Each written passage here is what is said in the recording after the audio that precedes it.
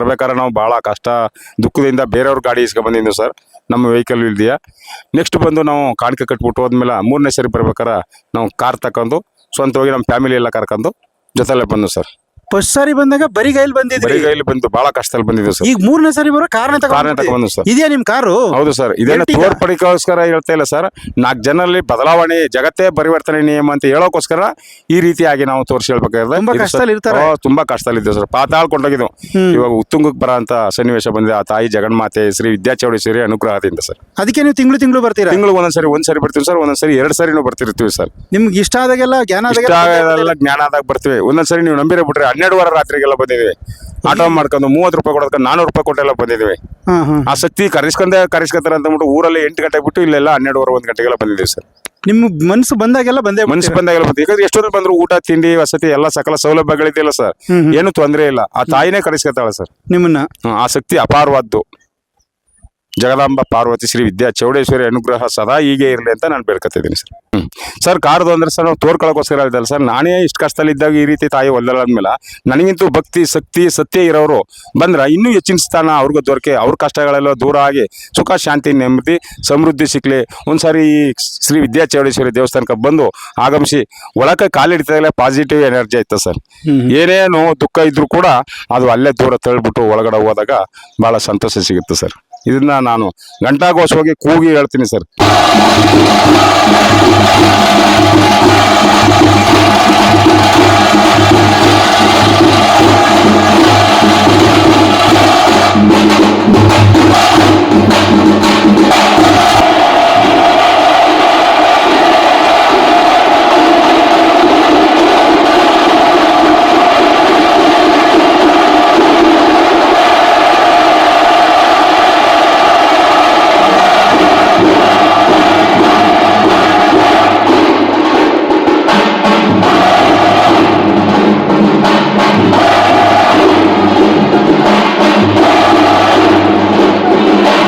ಗುರುಗಳನ್ನ ಯಾವ ರೀತಿಯಲ್ಲಿ ನೀವು ಆರಾಧಿಸಿದ್ರು ಗುರುಗಳ ಅನುಗ್ರಹ ನಿಮ್ಮೆಲ್ಲರಿಗೂ ಇರುತ್ತೆ. ಹೀಗೆ ಗುರುಗಳನ್ನೊಬ್ಬರು ಕೇಳಿದ್ರಂತೆ, ಗುರುಗಳೇ ಇಷ್ಟು ಜನರಿಗೆಲ್ಲ ನೀವು ಅನುಗ್ರಹ ಮಾಡ್ತಾ ಇದ್ದೀರಿ, ಆದ್ರೆ ಕೆಲವರು ನಿಮ್ಮನ್ನ ಬೇರೆ ಬೇರೆ ಪದದಲ್ಲಿ ಹೇಳ್ತಾರೆ, ಹೇಗ್ ಮಾಡೋದು ಅಂತ. ಆಗ ಮಹಾತ್ಮರು ಹೇಳಿದ್ರಂತೆ, ನೋಡಪ್ಪ, ಒಬ್ಬರಿಗೆ ನನ್ನನ್ನ ಆನಂದದಿಂದ ಹೊಗಳಿ ನನ್ನನ್ನ ಪ್ರಾರ್ಥನೆ ಮಾಡುವುದು ಸಂತೋಷ ಕೊಡುತ್ತೆ. ಕೆಲವರಿಗೆ ನಮ್ಮನ್ನ ಬೈದಿ ನಮ್ಮನ್ನ ಏನೋ ಒಂದು ಕಡೆಗಾಣಿಸೋದ್ರೊಳಗೆ ಅವ್ರಿಗೆ ಸಂತೋಷ ಪಡುತ್ತೆ, ಸಂತೋಷವನ್ನ ಪಡ್ತಾರೆ.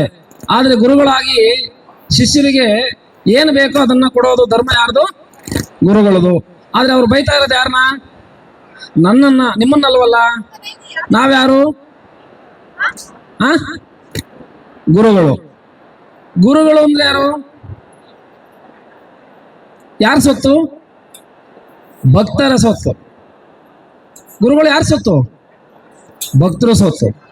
ಭಕ್ತರು ಹೊಗಳಿದ್ರು ಸಂತೋಷ, ಬೈದ್ರು ಸಂತೋಷ.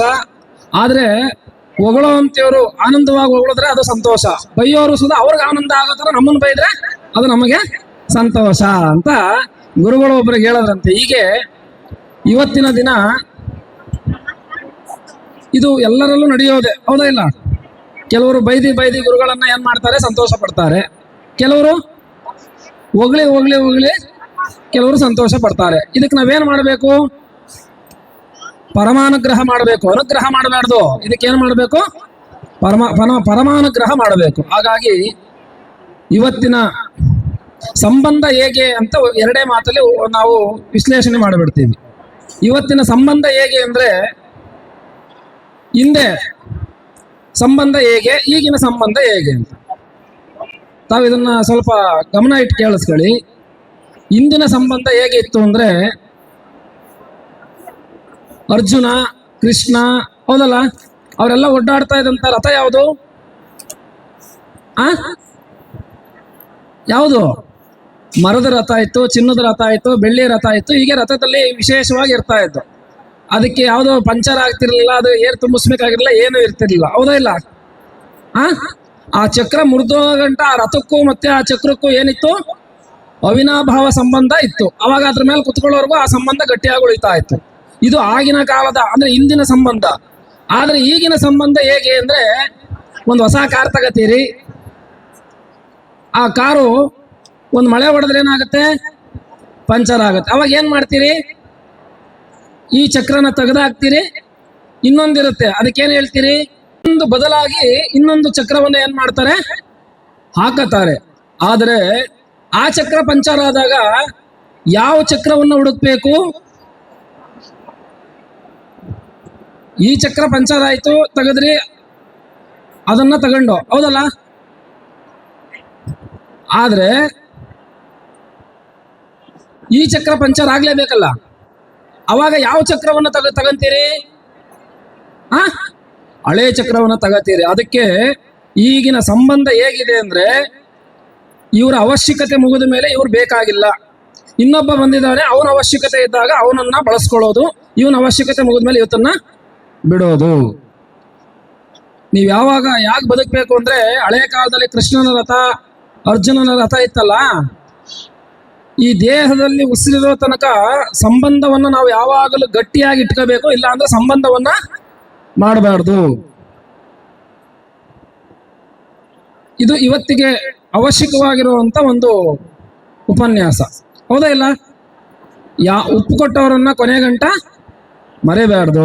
ಒಬ್ಬರ ಮನೆಯಲ್ಲಿ ನಾವು ಪ್ರಸಾದ ಮಾಡಿದ್ದೀವಿ ಅಂದ್ರೆ ಕೊನೆ ಗಂಟ ಆ ಮನೆಗೆ ನಾವೇನ್ ಮಾಡ್ಬೇಕು, ಯಾವಾಗ್ಲೂ ಭಗವಂತ ಇವ್ರ ಮನೆಯಲ್ಲಿ ನೀರು ಕುಡ್ದಿದ್ದೀನಪ್ಪ, ಆ ಮನೆ ಯಾವಾಗ್ಲೂ ಆನಂದವಾಗಿರ್ಬೇಕು ಅಂತ ನಾವು ಒಳ್ಳೇದನ್ನ ಬಯಸಬೇಕಂತೆ. ಆಗ ಮಾತ್ರ ಅಶ್ವಿನಿ ದೇವತೆಗಳು ನಮ್ಮಿಂದೆ ನಮ್ಮೆಲ್ಲ ಕಾರ್ಯಗಳಿಗೆ ತಥಾಸ್ತು ತಥಾಸ್ತು ಅಂತ ಇರ್ತಾವಂತೆ. ಆದರೆ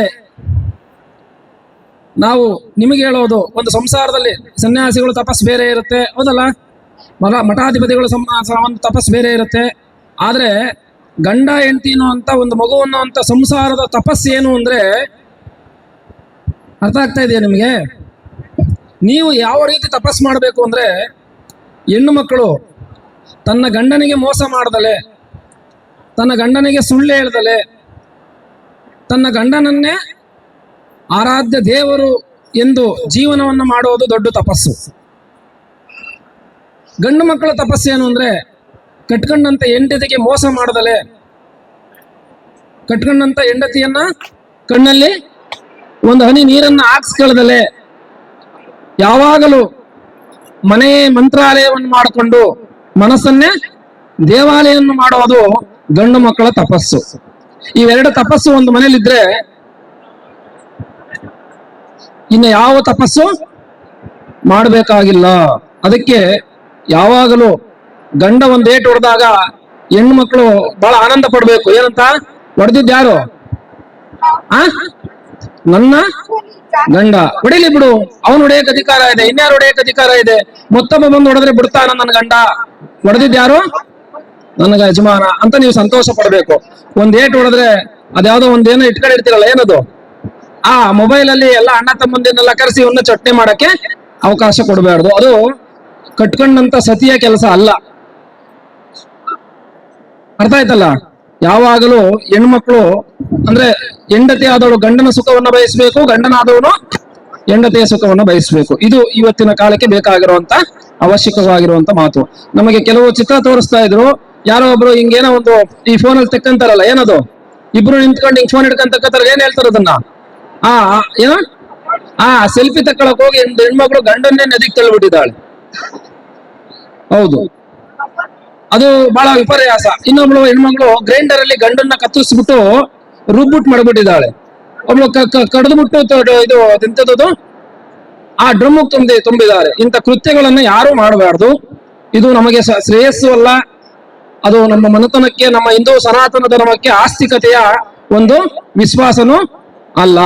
ಹಳೆ ಕಾಲದಲ್ಲಿ ಹೆಣ್ಮಕ್ಳು ಇರ್ತಾ ಇದ್ರು, ಹೆಂಗಿರ್ತಿದ್ರು ಅಂದ್ರೆ, ಬೆಳಗ್ಗೆ ಎದ್ರೆ ತನ್ನ ಗಂಡನ ಕಾಲನ್ನ ಮುಟ್ಟಿ ನಮಸ್ಕಾರ ಮಾಡ್ತಾ ಇದ್ರು. ನೀವು ಕಾಲ್ ಮುಟ್ಟದ್ ಬೇಡ, ಮುರಿದಲೆ ಇದ್ರೆ ಸಾಕು. ಈಗ ಹೆಣ್ಮಕ್ಳು ಕಾಲ್ ಮುಟ್ಟದ್ ಬೇಡ, ಸದ್ಯಕ್ಕೆ ಆ ಕಾಲನ್ನ ಮುರಿದಲೆ ಇದ್ರೆ ಸಾಕು. ಇದನ್ನ ಯಾವಾಗಲೂ ನೀವು ಯಾವಾಗಲೂ ಹೀಗೆ ಇರಬೇಕು, ಆನಂದವಾಗಿರ್ಬೇಕು.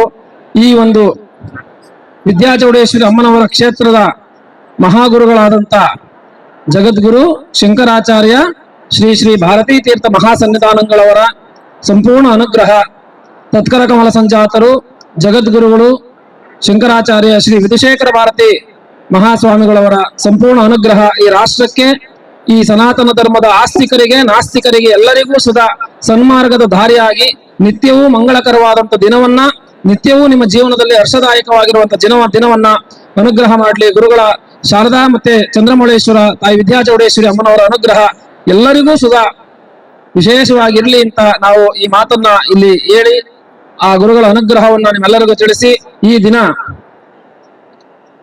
ಚೈತ್ರ ಮಾಸದ ಅಮಾವಾಸ್ಯೆ. ಚೈತ್ರ ಅಂದ್ರೇನು? ಚೈತ್ರ ಅಂದ್ರೇನು?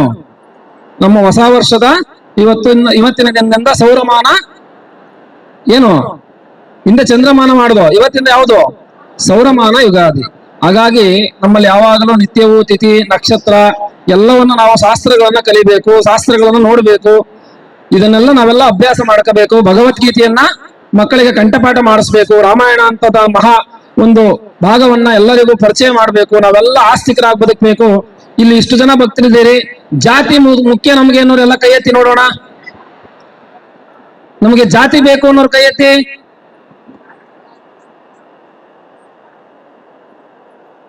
ನಮ್ಗೆ ಧರ್ಮ ಬೇಕು ಅನ್ನೋರು ಕೈ ಎತ್ತಿ. ಎರಡ್ ಕೈ ಎತ್ತಬೇಕು. ಒಂದ್ ಕೈ ಎತ್ತಿದ್ರೆ ಅರ್ಧ ಬೇಕು ಅಂತ, ಎರಡ್ ಕೈ ಎತ್ತಿದ್ರೆ ಇಲ್ಲ ನಮ್ಗೆ ಧರ್ಮ ಬೇಕು ಅಂತ. ಜಾತಿ ಮುಖ್ಯನಾ ಧರ್ಮ ಮುಖ್ಯನಾ? ನಾವು ಧರ್ಮ ಮಾರ್ಗದಲ್ಲಿ, ಧರ್ಮ ಬೇಕು ಅಂದ್ರೆ ಧರ್ಮ ಮಾರ್ಗದಲ್ಲಿ ನಡಿಬೇಕು. ಇನ್ನೊಬ್ಬರು ವಿಚಾರವನ್ನು ಮಾತಾಡಬಾರ್ದು, ಇನ್ನೊಬ್ಬರಿಗೆ ಕೆಡಕನ್ನು ಮಾಡಬಾರ್ದು. ನಾವ್ ಯಾವಾಗಲೂ ನಮ್ಮ ಆಸ್ತಿಕತೆಯ ದಾರಿಯಲ್ಲಿ ನಾವೆಲ್ಲ ನಡಿಬೇಕು. ಈ ದಿನ ಚೈತ್ರ ಮಾಸದ ಅಮಾವಾಸ್ಯೆ.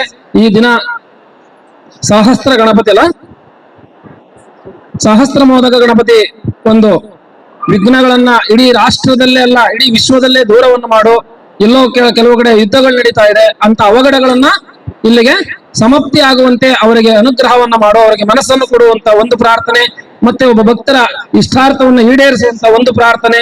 ಈ ಭಾರತ ರಾಷ್ಟ್ರಕ್ಕೆ ಯಾವುದೇ ಉಪದ್ರವಗಳು ಬರದಲೇ ಇರಲಿ, ಎಲ್ಲರಿಗೂ ಸುಧಾ ಸದ್ಗುರುಗಳ ಅನುಗ್ರಹ ಯಾವಾಗ್ಲೂ ಸಿಗ್ಲಿ ಅಂತ ಮತ್ತೊಂದು ಪ್ರಾರ್ಥನೆಯನ್ನ ಮಾಡಿ ಈ ದಿನ ಕಳೆದು ನಾಳೆಯಿಂದ ಪ್ರತಿನಿತ್ಯವೂ ಅಮ್ಮನವರ ಸನ್ನಿಧಾನದಲ್ಲಿ ವಿಶೇಷವಾಗಿ ನವಚಂಡಿ ಹೋಮಗಳು ಹವನಗಳು ನಡೀತಾ ಇದೆ. ಅದಕ್ಕೆ ಸಂಬಂಧಪಟ್ಟಂತ ಎಲ್ಲ ಋತ್ವಿಕರು, ಆ ಯಜ್ಞದಲ್ಲಿ ಪಾಲ್ಗೊಳ್ಳುವಂತ ಬ್ರಹ್ಮ ಎಲ್ಲರೂ ಸುಧಾ ಇವತ್ತಿನಿಂದ ಸಂಕಲ್ಪವನ್ನು ಮಾಡಿದ್ದಾರೆ. ಇನ್ನ ಅಮ್ಮನವರ 26ನೇ ತಾರೀಕದ ದಿನಾಂಕದವರೆಗೂ ನಡೆಯುತ್ತೆ. 24ನೇ ತಾರೀಕು ಸಹಸ್ರ ಕಳಶಾಭಿಷೇಕ ಆಗುತ್ತೆ ಅಮ್ಮನವರಿಗೆ. ತದನಂತರ 26ನೇ ತಾರೀಕು ಶತಚಂಡಿ ಹೋಮ ಆಗುತ್ತೆ. ಆ ದಿನ ಅಮ್ಮನವರ ವರ್ಷದ ಕಳಶಾಭಿಷೇಕ ಅಂದ್ರೆ ಅಮ್ಮನವರ ಗೋಪುರಕ್ಕೆ, ವಿಮಾನ ಗೋಪುರಕ್ಕೆ, ಒಂದು ರಾಜಗೋಪುರಕ್ಕೆ ಕಳಶವನ್ನ ಇಟ್ಟಂತ ದಿನವನ್ನೇ ವರ್ಷದ ಏನ್ ಹೇಳ್ತೀವಿ, ವಾರ್ಷಿಕೋತ್ಸವ ಅಂತ ಕರಿತೀವಿ. ಆ ದಿನವನ್ನ ವರ್ಷದಲ್ಲೂ ಈ ತರ ಆನಂದಕರವಾದಂತ ದಿನದಲ್ಲೇ ನೀನು ಮಾಡಿಸ್ಕೋ ಅಂತ ಅಮ್ಮನವರಲ್ಲಿ ಪ್ರಾರ್ಥನೆ ಮಾಡಿ ಗುರುಗಳ ಅನುಜ್ಞೆಯನ್ನು ತೆಗೆದುಕೊಂಡು, ಅಮ್ಮನವರ ಅನುಜ್ಞೆಯನ್ನು ತೆಗೆದುಕೊಂಡು ಈ ಒಂದು ಅಮ್ಮನವರ ವಾರ್ಷಿಕ ಕಳಸ ಅಭಿಷೇಕವೂ ಆಗುತ್ತೆ. ಆ ದಿನ ಎಲ್ಲ ಭಕ್ತರು ಪಾಲ್ಗೊಂಡು ಅಮ್ಮನವರ ಕೃಪೆಗೆ ಪಾತ್ರರಾಗಬೇಕಾಗಿ ನಾವು ಈ ಮೂಲಕಾಂತರ ನಮಗೆ ಒಂದು ಶ್ರೀ ಸಂದೇಶವನ್ನ ತಿಳಿಸಿ ಈ ದಿನ ಮತ್ತೊಂದು ಸಂದೇಶವನ್ನ ನಿಮಗೆಲ್ಲರಿಗೂ ರವಾನೆ ಮಾಡಬೇಕಂತ ನಾವು ಹೇಳ್ತಾ ಇದ್ದೇವೆ. ಈ ಸನಾತನ ಧರ್ಮಕ್ಕೆ ಒಂದಿಷ್ಟು ಜನ ನಾಸ್ತಿಕರಿರ್ತಾರೆ, ಅವರಿಗೆಲ್ಲ ವಿಶೇಷವಾದ ಅನುಗ್ರಹವನ್ನು ನಾವು ಏನ್ ಮಾಡಬೇಕು, ದೇವರ ಹತ್ರ ಕೇಳಬೇಕು. ಅವರಿಗೆ ಸದ್ಬುದ್ಧಿಯನ್ನ ಕೊಡು, ಅವರಿಗೆ ಏನ್ ಕೇಳ್ತಾರೋ ಆ ಎಲ್ಲವನ್ನ ಅವರಿಗೆ ಕೊಡಬೇಕು ಅಂತ ಕೇಳಬೇಕು. ಯಾರಿಗೆ? ನಾಸ್ತಿಕರಿಗೆ. ಯಾಕೆಂದ್ರೆ ಈ ನಾಸ್ತಿಕರಿರೋದೇ ಆಸ್ತಿಕರ ಮನಸ್ಸನ್ನ ಎಲ್ಲೋ ಒಂದ್ ಕಡೆ ಚಂಚಲತೆಗೊಳಗೊಳಿಸ್ಲಿಕ್ಕೆ ಅಷ್ಟೇ ಅವ್ರು ಇರ್ತಾರೆ. ಮನಸ್ಸನ್ನ ಅವ್ರ ಜೀವನವನ್ನೆಲ್ಲ ಅವ್ರ ಮನಸ್ಸನ್ನ ಏನಾದ್ರೂ ಮಾಡಿ ಒಂಚೂರು ಕದಲಿಸ್ಬೇಕು ಅಂತ ಇರ್ತಾರೆ. ಅವಾಗ ಏನ್ ಮಾಡ್ತಾರೆ, ಅಪಪ್ರಚಾರವನ್ನ ಪ್ರಾರಂಭ ಮಾಡ್ತಾರೆ. ಹೌದಾ ಇಲ್ಲ? ಏನ್ ಮಾಡ್ತಾರೆ? ಅಪಪ್ರಚಾರವನ್ನು ಮಾಡ್ತಾರೆ. ಅಂತ ಅಪಪ್ರಚಾರ ಏನಾಗ್ಬೇಕು? ನಿಮಗೆ ಮಹಾಪ್ರಚಾರವಾಗ್ಬೇಕು. ಅವನ ಅಪಪ್ರಚಾರ ಮಾಡೋನು ಯಾರು? ನಾಸ್ತಿಕ. ಆಸ್ತಿಕ ಅಲ್ಲ. ಆಸ್ತಿಕನಾದವನು ಹಿತಶತ್ರುವನ್ನು ಸುಧಾ ಭಗವಂತ ಅವನು ಒಳ್ಳೇದ್ ಮಾಡುವಂತ ಕೇಳೋನು ಈ ಭಾರತ ದೇಶದಲ್ಲಿ ಸನಾತನ ಧರ್ಮದ ಮೊದಲನೇ ಪ್ರಜೆ. ಹೌದಾ ಇಲ್ಲ? ಅವನಿಗೆ ಸಂಬಂಧನೇ ಇರಲ್ಲ, ಅವನ ಬಗ್ಗೆ ಎಲ್ಲೋ ಅಪಪ್ರಚಾರ ಮಾಡೋದು ಅಂತ. ಯಾರು ಸುಧಾ ಹಿಂದೂ ಧರ್ಮದ ಬಗ್ಗೆ ಎಂತ ಅಪಪ್ರಚಾರ ಬಂದ್ರು ಯಾರು ಸುಧಾ ಮನಸ್ಸನ್ನ ಗೊಂದಲಕ್ಕೆ ಈಡು ಮಾಡ್ಕೋಬಾರ್ದು. ನಮ್ಮ ಧರ್ಮನೇ ನಮಗೆ ಏನು ಬಹಳ ಅವಶ್ಯಕವಾಗಿರುವಂತ ಪ್ರಾಮುಖ್ಯತೆ ಆಗಿರುವಂತ ಮೊದಲನೇ ಒಂದು ಸ್ಥಾನಮಾನವಾಗುತ್ತೆ. ಹಾಗಾಗಿ ಇವಾಗ ಎಲ್ಲ ಕ್ಷೇತ್ರಗಳ ಬಗ್ಗೆ ಈಗ ಇನ್ನೊಂದು ಯಾವುದೋ ಒಂದು ದೇವಸ್ಥಾನ ಬೆಳೀತಾ ಇದೆ, ಒಂದು ಕ್ಷೇತ್ರ ಬೆಳೀತಾ ಇದೆ ಅಂದ್ರೆ ಅಲ್ಲಿ ನಾಸ್ತಿಕರು ಇರ್ತಾರೆ, ಅವ್ರ ಮನಸ್ಸನ್ನ ಕದಲಿಸ್ತಾರೆ. ಅಲ್ಲಿ ಭಕ್ತರು ನಮ್ಮಲ್ಲೇ ನಡೀತದು, ನಮ್ಮ ಶ್ರೀಮಠದಲ್ಲೇ ನಡೆಯುತ್ತೆ. ಒಬ್ರು ಗೋದಾನ ಮಾಡ್ತಾರೆ, ಸ್ವಾಮಿ ನಾವು ಒಂದು ಗೋದಾನ ಮಾಡ್ಬೇಕು, ಒಂದು ಸೇವೆ ಮಾಡ್ಬೇಕು ಅಂತ ಬರ್ತಾರೆ. ಆಯ್ತಪ್ಪ ಮಾಡು ಅಂತೀವಿ. 1,60,000 ರೂಪಾಯಿನ ನಮ್ಮ ಮಠದ ಅಕೌಂಟ್ಗೆ ಹಾಕ್ತಾರೆ ಅವರು. ತಿರ್ಗಿ ಯಾವ್ದೋ ಒಬ್ಬ ಒಂದು ವಿಡಿಯೋ ಹಾಕ್ತಾನೆ, ಏನಂತ ಹಾಕ್ತಾನೆ, ವಿದ್ಯಾಚೌಡೇಶ್ವರಿ ಮಠದಲ್ಲಿ ಬಹಳ ದುಡ್ಡು ಮಾಡ್ತಾ ಇದ್ದಾರೆ, ಜನರಿಗೆ ಮೋಸ ಮಾಡ್ತಾ ಇದ್ದಾರೆ ಅಂತ ಯಾರೋ ಒಬ್ಬ, ಅವನು ನಮ್ಮ ಭಕ್ತನೇ, ಅಂದ್ರೆ ಅವರೆಲ್ಲ ಬೇರೆ ಇರಲ್ವಲ್ಲ, ಹಾಕೋರು ಯಾರು ನಮ್ಮವನೇ ಇರ್ತಾನೆ, ಅವ್ನು ಬೇರೆ ಏನಲ್ಲ, ಅವ್ನು ಒಳ್ಳೇದಾಗ್ಲಿ ಅಂತ ಕೇಳ್ಕೊಂಡು ಅವ್ನು ಹಾಕ್ತಾನೆ. ಇದನ್ನ ವಿಡಿಯೋನ ನಮ್ಗೆ ಅವರು ಫಾರ್ವರ್ಡ್ ಮಾಡ್ಬಿಟ್ಟು ನಮ್ಮ ಮೊಬೈಲ್ಗೆ, ಸ್ವಾಮಿ ನಮ್ಗೆ ಯಾಕೋ ಮನಸ್ಸು ಗೊಂದಲ ಆಯ್ತು, ನಮ್ ದುಡ್ಡು ವಾಪಸ್ ಕೊಟ್ಬಿಡಿ ಅಂತ ಕೇಳ್ತಾರೆ. ನಾವೇನ್ ಮಾಡ್ತೀವಿ, ಸಂತೋಷಪ್ಪ ಒಂದು ಲೆಟರ್ ಕೊಡು, ಈ ತರ ನಾವು ದಾನ ಕೊಟ್ಟಿದ್ದು, ಏನ್ ಕೊಟ್ಟಿದ್ದು, ದಾನ ಕೊಟ್ಟಿದ್ದು, ಅದನ್ನ ನಾನು ಮತ್ತೆ ವಾಪಸ್ ಪಡೆದು ಕೇಳ್ತಾ ಇದ್ದೀನಿ ಅಂತ ಗೌರವಪೂರ್ವಕವಾಗಿ ಒಂದು ಪತ್ರ ಬರ್ಕೊಡು ಅಂತ ಕೇಳ್ತೀವಿ. ಅವನೊಂದು ಪತ್ರ ಕೊಡ್ತಾನೆ, ಅವನನ್ನ ಕರೆಸಿ ಮಠದಲ್ಲಿ ಏನ್ ಮಾಡ್ತೀವಿ, ಅವನು ಕೊಟ್ಟಂತ ಹಣವನ್ನ ಅವನಿಗೆ ವಾಪಸ್ ಕೊಡ್ತೀವಿ. ನಮ್ಗೆ ಅರ್ಥ ಆಗಿದ್ದೇನು ಅಂದ್ರೆ, ಆ ಅಮ್ಮನವರಿಗೆ ಈ ಕ್ಷೇತ್ರಕ್ಕೆ ಆತನ ದುಡ್ಡು ಅವಶ್ಯಕ ಇರ್ಲಿಲ್ಲ, ಆತ ಆತ್ಮಸಾಕ್ಷಿಯಾಗಿ ಆ ದಾನವನ್ನ ಮಾಡಿರ್ಲಿಲ್ಲ. ಅದಕ್ಕೋಸ್ಕರ ಅಮ್ಮನವ್ರು ಏನ್ ಮಾಡಿದ್ರು, ನೀನು ವಾಪಸ್ ಇದನ್ನ ತಗೊಳಪ್ಪ, ಈ ಕ್ಷೇತ್ರಕ್ಕೆ ನಿನ್ನ ಅವಶ್ಯಕತೆ ಇದೆ, ನೀನು ಮಾಡಿಕೊಟ್ಟಂತ ದಾನದ ಹಣ ಅದು ಯಾವ ಸೊತ್ತಾಗಿರುತ್ತೋ ಗೊತ್ತಿಲ್ಲ, ನಿನ್ನ ಸೊತ್ತಾದಂತ ಕಾಲಕ್ಕೆ ನೀನು ಅದನ್ನ ಮಾಡು, ಇದು ನಿನ್ನ ಸೊತ್ತಲ್ಲ, ಇದು ನೀನು ತಗೋ ಅಂತ ಹೇಳಿ ಆ ಹಣವನ್ನ ನಾವು ವಾಪಸ್ ಕೊಟ್ಟಿದ್ದೀವಿ. ಯಾಕೆಂದ್ರೆ ಇದು ನಮ್ಮ ಶ್ರೀಮಠದ ಒಂದು ಎಲ್ಲಾ ವಿಚಾರದಲ್ಲೂ ನಾವು ಭಕ್ತರಿಗೆ ಅನುಗ್ರಹ ಮಾಡೋರಾಗ, ಇಲ್ಲ ನೀವು ದಾನ ಕೊಟ್ಟಿದ್ದೀರಿ ನಾವು ಕೊಡಲ್ಲ ಅಂತ ಹೇಳ್ಬಾರ್ದು. ಕರೆಕ್ಟ್ ಅಲ್ಲ? ಅವನು ಅವತ್ತು ಸ್ವಯಂ ಇಚ್ಛೆಯಿಂದ ಕೊಟ್ಟಿದ್ದಾನೆ, ಇವಾಗ ಸ್ವಯಂ ಇಚ್ಛೆಯಿಂದ ಪತ್ರ ಬರೆದಿದ್ದಾನೆ, ನಾವು ಕೊಡ್ಬೇಕು. ಇದು ನಾವು ತಿಳ್ಕೋಬೇಕು. ಅದಕ್ಕೆ ಇಷ್ಟು ಜನ ಭಕ್ತರು ಬರ್ತಿರಲ್ಲ, ಶ್ರೀಮಠದಲ್ಲಿ ಏನಾದ್ರು ತಾಯ್ತಾ ಕಟ್ತೀವ, ಜೋರಾಗಿ ಹೇಳಿ ಒಂದ್ಸಲಿ, ತಡೆ ಹೊಡಿತೀವ, ಮತ್ತೊಂದು ಕಟ್ತೀವ, ಇಲ್ಲೇನು ಬರ್ತೀರಿ, ಅಮ್ಮನವ್ರ ದರ್ಶನ ಮಾಡ್ತೀರಿ, ಕಳಶ ಬರವಣಿಗೆಯಲ್ಲಿ ಶಾಸ್ತ್ರ ಕೇಳ್ತೀರಿ, ಹೌದಾ ಇಲ್ಲ? ಶಾಸ್ತ್ರ ಕೇಳಲಿಕ್ಕೆ ಎಷ್ಟು, ಜೋರಾಗಿ ಹೇಳ್ಬೇಕು, 2,000 ಹಣ ಕಟ್ತೀರಿ. ಆ 2,000 ಹಣ ಕಟ್ಬೇಕಾದ್ರೆ ಏನಂತ ಹೇಳಿರ್ತಾರೆ, ನಮ್ಮಲ್ಲಿ ಇರೋರು ಕೊಡ್ಬೇಕು, ಇಲ್ಲ ಅಂದವರು ಒಂದು ವಿಜ್ಞಾಪನ ಪತ್ರ ಬರ್ದಿ ನಮಗ್ ಕೊಟ್ಟು ಕೇಳಬೇಕು ಅಂತ ಅವಶ್ಯಕತೆ ಕೊಟ್ಟಿದ್ದೀವಿ, ಹೌದಾ ಇಲ್ಲ? ಕೇಳಿದಿರ ಕೇಳಿಲ್ಲ? 2,000 ಹಣ ಇದೆ ಕಳಶ ಬರವಣಿಗೆ ಕೇಳಲಿಕ್ಕೆ, ಆದ್ರೆ ಇರೋರು ಕೊಡ್ಬೇಕು, ಇಲ್ದಲೇ ಇರೋರು ಒಂದು ವಿಜ್ಞಾಪನ ಪತ್ರವನ್ನ ಬರೆದು ಉಚಿತವಾಗಿ ಕೇಳಬೇಕು ಅಂತ ಅವಶ್ಯಕವಾಗಿ ಆ ಒಂದು ಅವಕಾಶವನ್ನ ಕೊಟ್ಟಿದ್ದೀವಿ. ಕೆಲವರು ಹೇಳ್ತಾರೆ ಇಲ್ಲಿ 2,000 ರೂಪಾಯಿ ತಗೋತಾರೆ. ಯಾರು ತಗೋತಾರೆ? ನೀವು ಬನ್ನಿ ಇಲ್ಲಿ 2,000 ಕಟ್ಟಿ ಅಂತ ಯಾರಾದ್ರೂ ಕೇಳ್ತಾರ? ಏನು ಇಲ್ಲ. ನೀವು ಬರ್ತೀರಿ, ನಾವೊಂದು ಪ್ರಶ್ನೆ ಕೇಳಬೇಕು ಅಂತೀರಿ, ಅಲ್ಲಿ ಒಂದು ಚೀಟಿ ಮಾಡಿರ್ತೀವಿ, ವಿದ್ಯಾಪೀಠ ಟ್ರಸ್ಟ್ ಅಂತ ಇರುತ್ತೆ, ಆ ಟ್ರಸ್ಟ್ಗೆ ಹಣವನ್ನ ಏನ್ ಮಾಡ್ತೀರಿ, ಸಂದಾಯ ಮಾಡ್ತೀರಿ. ನಮ್ಮ ಹತ್ರ ಇಲ್ಲ ಅಂದ್ರೆ ಒಂದು ಪತ್ರ ತಗೊಬರ್ತೀರಿ, ಕೇಳ್ತೀರಿ, ಹೋಗ್ತೀರಿ, ಇಷ್ಟೇ. ಆ ಪ್ರಶ್ನೆ ಕೇಳೋರ್ಗೇನು 5 ರೂಪಾಯಿ 9 ರೂಪಾಯಿ ಹಣ ಕಟ್ಟಕ್ಕೆ ಹೇಳಿರ್ತೀವಿ, ಅಷ್ಟೇ ತಾನೆ, ಹೌದಾ ಇಲ್ಲ? ಇಷ್ಟೇ ಹೇಳಿರ್ತೀವಿ.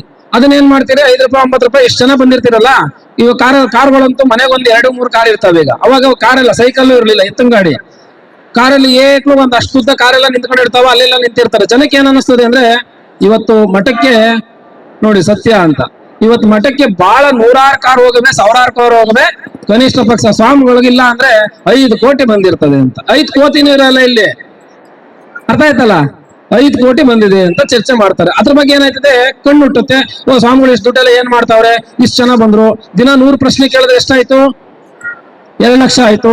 300 ಪ್ರಶ್ನೆ ಕೇಳಿದ್ರೆ 6 ಲಕ್ಷ ಆಯ್ತು. ಈ ತರ ಚಿಂತನೆ ಮಾಡುವಂತರು ನಮ್ಮಲ್ಲಿ ಬಹಳಷ್ಟು ಜನ ಜಾಸ್ತಿ ಇರ್ತಾರೆ. ಅಂತವಕ್ಕೆಲ್ಲ ನಾವೆಲ್ಲ ಚಿಂತೆ ಮಾಡಲ್ಲ. ನಮ್ಮಲ್ಲಿ ಪ್ರಶ್ನೆ ಇರ್ತದೆ, ಅದು ಗೋಶಾಲೆಗೆ ಹೋಗುತ್ತೆ, ಕ್ಷೇತ್ರ ಜೀರ್ಣೋದ್ಧಾರ ಆಗುತ್ತೆ, ದಾಸೋಹ ಆಗುತ್ತೆ, ಆ ಕ್ಷೇತ್ರದಲ್ಲಿ ಇರುವಂತ ಒಂದು ಧರ್ಮದ ಕಾರ್ಯವನ್ನ ಆ ಹಣದಿಂದ ಮಾಡಿಕೊಂಡು ಹೋಗ್ತಾ ಇರ್ತಾರೆ. ಅದಕ್ಕೋಸ್ಕರ ಇಂಥ ವಿಚಾರಗಳು ಯಾರಿಗೆ ಮನಸ್ಸು ಬಂದಾಗ ನೇರವಾಗಿ ನಮ್ಮ ಹತ್ರ ಚರ್ಚೆ ಮಾಡ್ಬೋದು.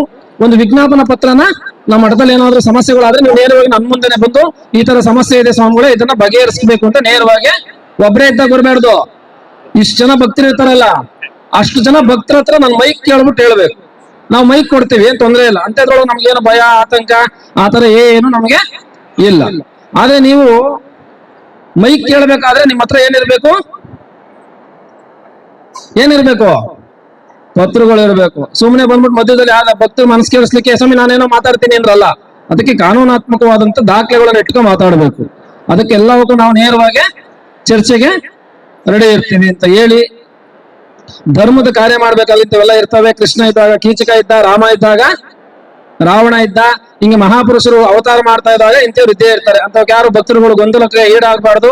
ಧರ್ಮದ ಕಾರ್ಯದಲ್ಲಿ ನಾವೆಲ್ಲ ಜೊತೆಲಿರೋಣ, ಧರ್ಮದ ಕಾರ್ಯವನ್ನು ಮಾಡೋಣ. ಆರೋಗ್ಯಕ್ಕೆ ಯಾವಾಗಲೂ ಏನ್ ಮಾಡ್ಬೇಕು? ದೇವರಲ್ಲಿ ಪ್ರಾರ್ಥನೆ ಮಾಡೋಣ.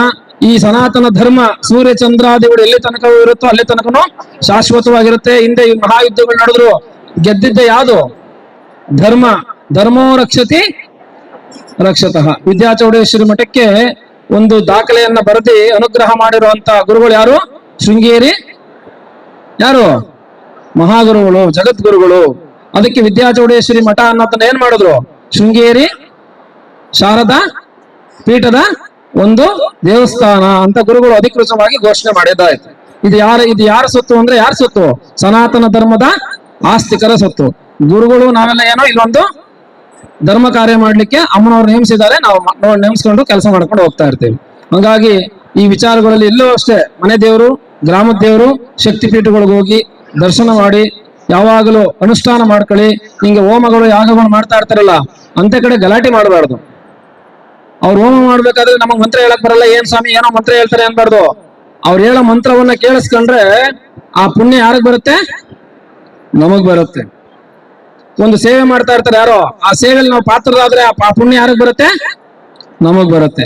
ಹಂಗಾಗಿ ಮಂತ್ರ ಹೇಳೋ ಕಡೆ ಚರ್ಚೆ ಮಾಡಬಾರ್ದು, ಘರ್ಷಣೆ ಮಾಡ್ಕೋಬಾರ್ದು, ಅನುಷ್ಠಾನ ಆಗೋ ಕಡೆ ಕಿರುಕುಳ ಮಾಡ್ಕೋಬಾರ್ದು. ಇವಾಗ ಹೇಳ್ತಾ ಇದ್ರು ಆಟೋ ಬೆಂಕಿ ಎತ್ಕೋತು ಅಂತ. ಅದು ಆಟೋ ಏನ್ ಬೆಂಕಿ ಎತ್ಕೊಂಡಿಲ್ಲ, ಪಕ್ಕದಲ್ಲಿ ಬೆಂಕಿ ಉರಿತಾ ಇತ್ತು. ಮತ್ತೆ ಯಾರು ಗೊಂದಲಕ್ಕೆ ಅಂತೆಲ್ಲ ಗುರಿ ಆಗ್ಬಾರ್ದು. ಈ ಬಿಸಿಲು ಸಮಯದಲ್ಲಿ ಇಂಥ ಅನಾಹುತಗಳೆಲ್ಲ ಆಗ್ತಾ ಇರ್ತವೆ. ಆ ಅನಾಹುತ ಆಗಿರೋದೇಂತಂದ್ರೆ ಮುಂದೆ ಎಚ್ಚೆತ್ಕೊಳ್ಳಿಕ್ಕೆ ಅಂತ ಒಂದು ಸೂಕ್ಷ್ಮಗಳು ಇರ್ತವೆ. ಇದು ಗುರುಗಳ ಅನುಗ್ರಹ ಇರೋ ತನಕ ಯಾರಿಗೂ ಆತರ ಅನಾಹುತಗಳು ಈ ಕ್ಷೇತ್ರದಲ್ಲಿ ಇಂದೂ ಆಗಿಲ್ಲ, ಮುಂದೂ ಆಗೋದು ಇಲ್ಲ. ಯಾಕೆಂದ್ರೆ ಇದು ದೇವಪಟ್ಟಣ. ಈ ಕ್ಷೇತ್ರ ಊರ ಹೆಸರಲ್ಲ, ಇದು ಈ ಕ್ಷೇತ್ರದ ಹೆಸರೇನು? ದೇವಪಟ್ಟಣ ಅಂತ ಇತ್ತು. ಕೆಳದಿ ಮಹಾರಾಜರ ಆಳ್ವಿಕೆಯಲ್ಲಿ ಕೆಜಿ ಅನ್ನ 2 ಪದವನ್ನ ಸೇರಿಸಿ ಕೆಜಿ ದೇವಪಟ್ಟಣವಾಯಿತು. ಕೆಳದಿ ಮಹಾರಾಜರ ಕಾಲದಲ್ಲೂ ಶೃಂಗೇರಿ ಮಹಾತ್ಮರ ಅನುಗ್ರಹ ಆ ಒಂದು ಮಹಾ ಸಂಸ್ಥಾನಕ್ಕಿತ್ತು. ಆ ಒಂದು ಸಂಸ್ಥಾನದ ಒಂದು ಜಾಗವಾದಂತ ಈ ಕ್ಷೇತ್ರ ಈಗ ಮತ್ತೆ ಶೃಂಗೇರಿ ಶಾರದಾ ಪೀಠಕ್ಕೆ ಏನಾಯ್ತು? ಸಮರ್ಪಣೆ ಆಯ್ತು. ಅದನ್ನು ಗುರುಗಳು ಸ್ವೀಕಾರ ಮಾಡಿದ್ರು. ಇವೆಲ್ಲ ಋಣ ಇರ್ತದೆ. ಋಣಾನುಬಂಧೇನ ರೂಪೇಣ ಪಶುಪತಿ ಸುತಾಲಯ ಅಂತ. ನೀವು ಇಲ್ಲಿ ಬರ್ಬೇಕಾದ್ರೆ ಏನಿತ್ತು? ಋಣ ಇತ್ತು. ಈಗ ಉತ್ಸವ ಪ್ರಾರಂಭ ಮಾಡ್ಬೋದಾ? 5 ರೂಪಾಯಿ 9 ರೂಪಾಯಿ ಹಣ ಕಟ್ಟಿರೋರು ಉತ್ಸವ ಎಲ್ಲ ಆದ್ಮೇಲೆ ಅಮ್ಮನವ್ರನ್ನ ತಂದು ಇಲ್ಲೇ ವಿರಾಜಮಾನವಾಗಿರ್ತಾರೆ. ಮೇಲ್ಗಡೆ ದೇವಸ್ಥಾನದಲ್ಲಿ 5 ದೀಪ ನೋಡಿ ಅಮ್ಮನವರ ದರ್ಶನ ಮಾಡಿ 9 ರೂಪಾಯಿ ಹಣವನ್ನ ಮೇಲ್ಗಡೆ ಉಂಡಿಲ್ ಹಾಕ್ಬೇಕು. ಅಲ್ಲಾದ್ಮೇಲೆ ಇಲ್ಲಿ ರಕ್ಷೆ ಕೊಡ್ತಾರೆ, ತೀರ್ಥ ಕೊಡ್ತಾರೆ, ಪ್ರಸಾದ ಕೊಡ್ತಾರೆ. ಈಸ್ಕೊಂಡು ಕೆಳಗಡೆ ಒಂದು ಉಂಡಿ ಇರುತ್ತೆ, ಅಲ್ಲಿ 5 ರೂಪಾಯಿ ಕಾಣಿಕೆ ಹಾಕೋದು. ಅರ್ಥ ಆಯ್ತಲ್ಲ ತಮ್ಗೆಲ್ಲ ಹೇಳಿದ್ದು? ಮಡ್ಲಕ್ಕಿ ಕೊಡೋರು ಚಿಕ್ಕಚೌಡಮ್ಮನ್ನ ಆ ಕಡೆ ಇಟ್ಟಿರ್ತಾರೆ. ಈಗ ಉತ್ಸವ ಆಗ್ಬೇಕಾದ್ರೆ ಎಲ್ಲರೂ ಮಡ್ಲಕ್ಕಿನ ತಲೆ ಮೇಲೆ ಹೊತ್ಕೊಂಡು ಇಲ್ಲ ಕೈಲಿ ಹಿಡ್ಕೊಂಡು ಪ್ರಾರ್ಥನೆ ಮಾಡ್ಕೊಂಡು ಮನೆ ದೇವರನ್ನ ಫಸ್ಟ್ ನೆನೆಸ್ಕೋಬೇಕು. ಆಮೇಲೆ ಗ್ರಾಮದ ದೇವ್ರು ನೆನೆಸ್ಕೋಬೇಕು. ಮನೆ ದೇವರು ಗ್ರಾಮದ ದೇವ್ರು ಆದ್ಮೇಲೆ ಯಾವ ಕ್ಷೇತ್ರಕ್ಕೆ ಬಂದಿದ್ದೀರಲ್ಲ ನೀವು, ಆ ಅಮ್ಮನವರನ್ನ, ತಾಯಿ ಶಾರದಾ ವಿದ್ಯಾಚೌಡೇಶ್ವರಿ ಅಮ್ಮನವರನ್ನ ನೆನೆಸ್ಕೋಬೇಕು. ಆಮೇಲೆ ಒಂದು ಉತ್ಸವ ಆದ್ಮೇಲೆ ಅಮ್ಮನವರಿಗೆ ಸರದಿ ಸಾಲಲ್ಲಿ ನಿಂತು ಮಡ್ಲಕ್ಕಿ ನಿಲ್ಬೇಕಲ್ಲಿ ಹಾಕ್ಬಾರ್ದು, ಎಸಿಬಾರ್ದು. ನೀವು ತಂದಿರುವಂತ ಒಂದು ಮಡ್ಲಕ್ಕಿನ ದೇವರಿಗೆ ಏನ್ ಮಾಡ್ಬೇಕು? ಸಮರ್ಪಣೆ ಮಾಡ್ಬೇಕು. ಆಗ ತಾಯಿ ಮಗಳ ಸಂಬಂಧ ಏನಾಗುತ್ತೆ? ಗಟ್ಟಿ ಆಗತ್ತೆ. ಆಗ ನಿನ್ನ ಮನೆಯನ್ನ ಅಮ್ಮನವರೇ ಕಾಪಾಡ್ತಾರೆ. ಆಮೇಲೆ 2ನೇ ವಿಚಾರ, ಈ ಮಡ್ಲಕ್ಕಿಗೆ ಸೀರೆ ತರ್ತಿರಲ್ಲ, ಅವ್ರಿಗೊಂದು ಸೂಕ್ಷ್ಮವಾಗಿ ಹೇಳೋದು, ಮಡ್ಲಕ್ಕಿಗೆ ಸೀರೆ ತರಕ್ ಶಕ್ತಿ ಇಲ್ಲ ಅನ್ನೋರು ಏನ್ ಪರವಾಗಿಲ್ಲ, ತರಲೇಬಾರ್ದು.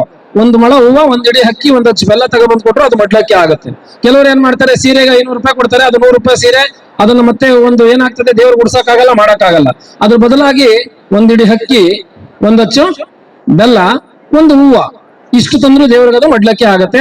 ಹಂಗಾಗಿ ನೀವೆಲ್ಲ ಮಡ್ಲಕ್ಕಿ ತರಕ್ ದುಡ್ಡಿಲ್ಲ, ನಮ್ಗೆ ಸೀರೆ ತರಕ್ ಆಗಲ್ಲ ಅನ್ನೋರು ಅಕ್ಕಿ ಬೆಲ್ಲ ಇಲ್ಲ ಅಂದ್ರೆ 1 ತೆಂಗಿನಕಾಯಿ ಕೊಟ್ಟು ಸಮರ್ಪಣೆ ಮಾಡಿದ್ರೆ ಅದು ಮಡ್ಲಕ್ಕಿ ಆಗತ್ತೆ. ಇಲ್ಲಿ ನಾವು ನೋಡ್ತಾರೆ 1 5 ತರ ಹಣ್ಣು ಈ ಎಲ್ಲ ಜೋಡಿಸ್ಕೊಂಡು ತತ್ತಿರಲ್ಲ, ಇರೋರು ತಂದ್ಕೊಡಿ.